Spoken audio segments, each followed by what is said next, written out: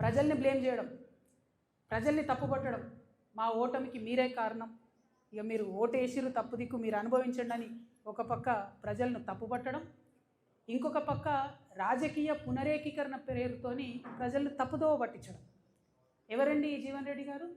ఆనాడు వైఎస్ రాజశేఖర రెడ్డి ఉన్నప్పుడు ఉద్యమం కోసం రాజీనామా చేసి ముందుకెళ్తే 2 సార్లు ఉద్యమ నాయకత్వం మీద పోటీ చేసిందే ఈ జీవన్ రెడ్డి గారు. పచ్చి తెలంగాణ వ్యతిరేకి. రాజశేఖర రెడ్డి ఉంటే చాలు నాకు తెలంగాణ ఎందుకన్న వ్యక్తిన.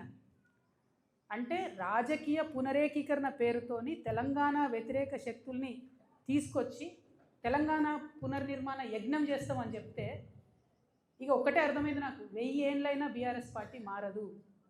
తెలంగాణ ఉద్యమకారుల గురించి ఒక ఊసు లేదు, తెలంగాణ ఉద్యమకారుల గురించి ఒక మాట లేదు. కాంగ్రెస్ ప్రభుత్వం తెలంగాణ ఉద్యమకారుల్ని మోసం చేస్తూ కేకే కమిటీ వేస్తామని కాలయాపన చేస్తే ఒక్క మాట కనీసం బిచ్చమెత్తుకుంటున్నాడు ఉద్యమకారులు. రేపు భిక్షాటన చేస్తారట. అవమానం అనిపిస్తుంది, కళ్ళకి నీళ్ళు వస్తున్నాయి, దుఃఖం వస్తుంది.